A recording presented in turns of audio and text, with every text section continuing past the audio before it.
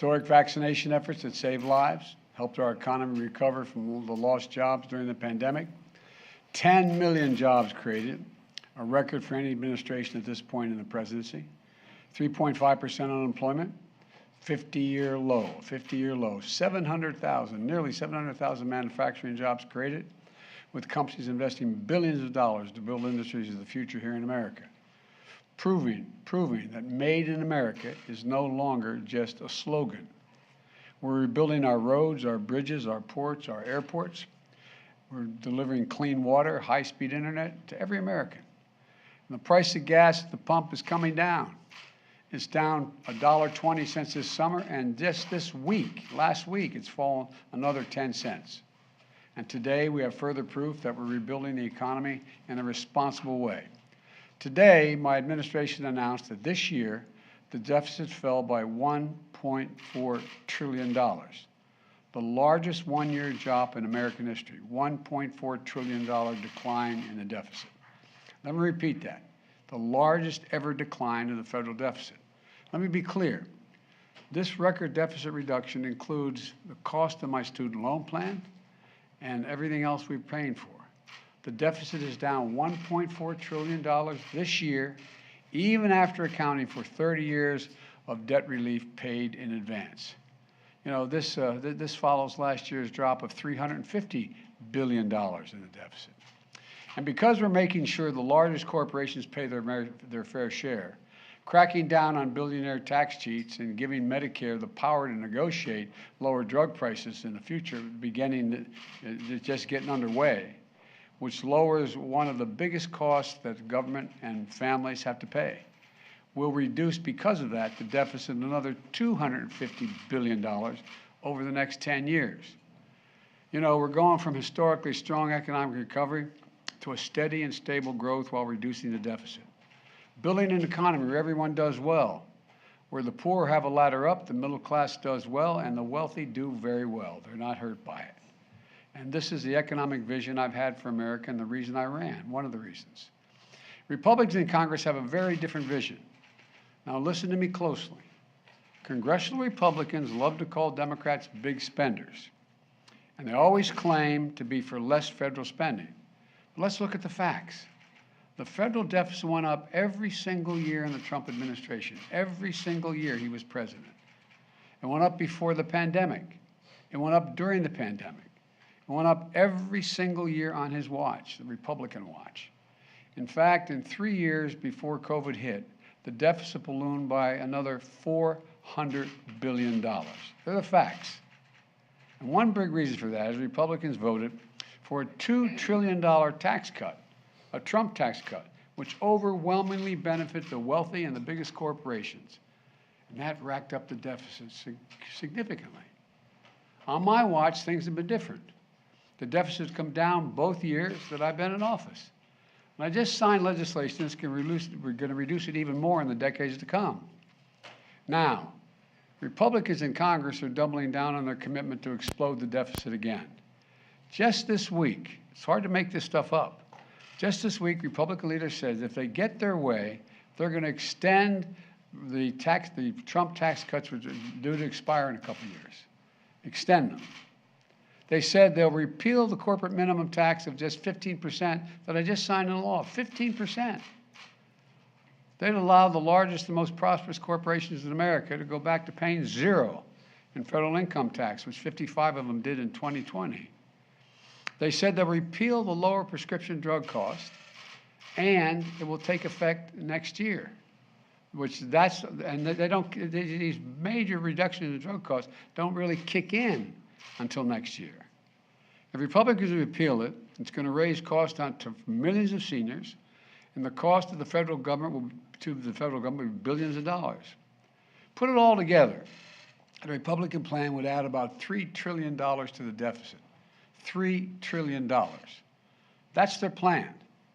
That's what they did under my predecessor, and that's what they intend to do again. Adding another $3 trillion to the deficit is reckless, it's irresponsible, and it would make inflation worse. For Americans, the deficit could not be clearer.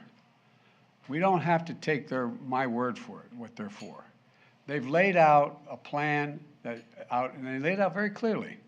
Congressional Republicans say, and you all know this, their number one priority is to repeal the Inflation Reduction Act. Now, here's what that means. If they get their way, the power we just gave Medicare to begin to negotiate lower prescription drugs goes away, gone. If they get their way, the $2,000 cap on prescription drug costs, which takes effect next year, maximum any senior would have to pay no matter what their drug costs are, would be $2,000, goes away, gone. The $35 a month cap on insulin, which takes effect next year, folks on Medicare, gone. The savings on health care premiums of $800 a year for millions of Americans under the Affordable Care Act, gone. And of course, they're still determined to repeal the Affordable Care Act, which means an end to the protections for tens of millions of people who cannot afford health insurance because they have a pre-existing condition. Let's remember that. We're talking about millions of people will lose their health insurance because they do not have a way to get it because they have a pre-existing condition. That's gone as well. And they're doing everything they can to get gas prices. We're doing everything we can to keep gas prices down. The Republicans are against it all. And it's all part of the trickle-down mentality that says it doesn't matter what's happening on Main Street as long as Wall Street's feeling good. One more thing. If you're worried about the economy, you need to know this. The Republican leadership in Congress has made it clear.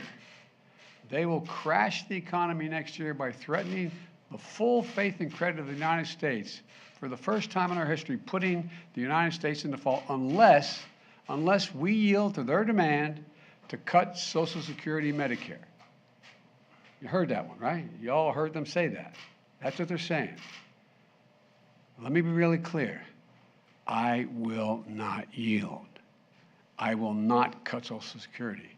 I will not cut Medicare, no matter how hard they work at it.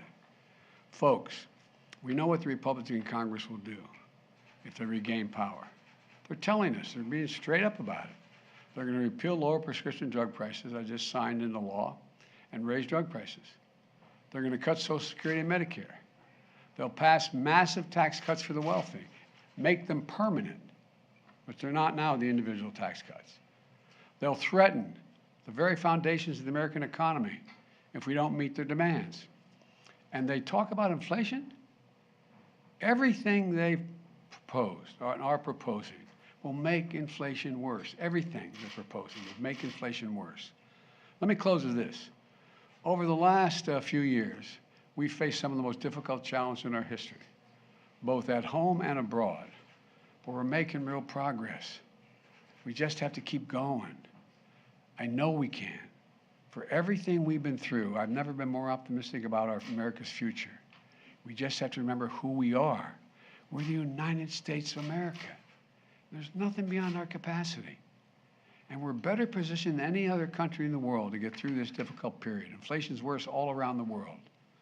So keep the faith. Keep the faith. And God bless you, and may God protect our troops. And I want to say one more thing, actually. You know, I know, and I don't blame you, you want to ask me about the midterms.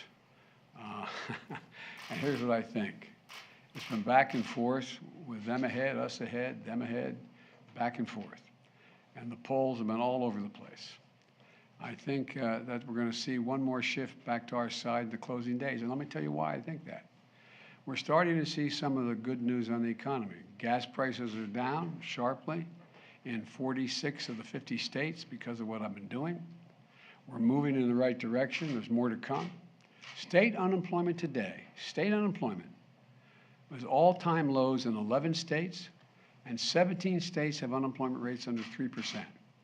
The new deficit numbers, it's a record decrease. It's never happened before. The election is not a referendum, it's a choice. It's a choice. And the Republicans can criticize my economic record, but look at what I've inherited and what I've done, and look at what they're offering. They want to double down on the Trump tax cuts for the wealthy, make them permanent because they're going to expire in 2025. They want to send jobs overseas where big corporations can, in fact, pay lower wages and increase their profits. And these are tax cuts that give most benefits to billionaires and wealthy corporations. And let's get specific. They want to abolish the 15%. 15%, what a terrible thing to ask a corporation to pay. 15% tax that I insisted that those 55 corporations who made $40 billion and didn't pay a red cent, they now, my God, they got to pay 15%. If Republicans get their way, the deficit is going to soar, the tax burden is going to fall on the middle class, and Republicans are working really hard. And this is what kind of, I have to admit, every once in a while they surprise me. They have three, not one, not two, three plans to cut Social Security benefits. Three plans. And they're not going to stop there. They're going to do big pharma's bidding to repeal my plan to allow Medicare to negotiate prescription drugs prices. We pay the highest in the world. And in doing so, it's going to raise drug prices. And they're going to raise big pharma's profits. They're doing fine, big pharma. They're not hurting at all. And they're going to raise your health insurance premiums. It's mega, MAGA trickle down. Mega, MAGA trickle down. The kind of policies that have failed the country before and will fail it again. And it'll mean more wealth to the very wealthy, higher inflation for the middle class. That's the choice we're facing. That's why I think that we're going to do just fine. Thank you.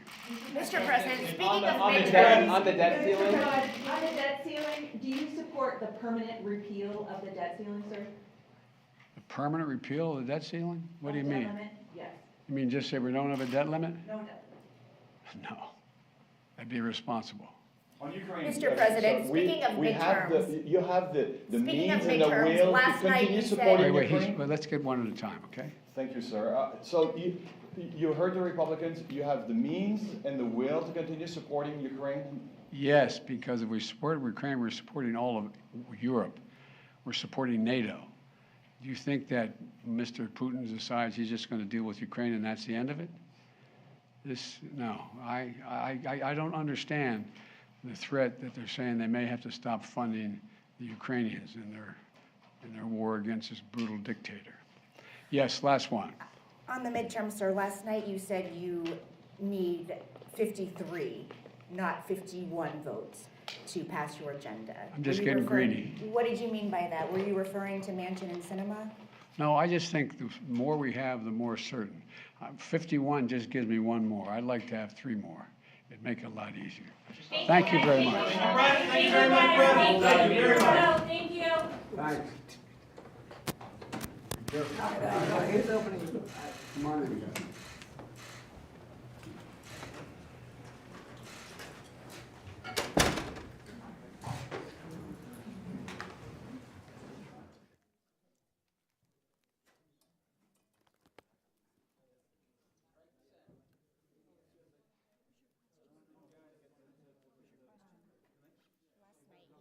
Last night he said he actually needs 53 and not 51.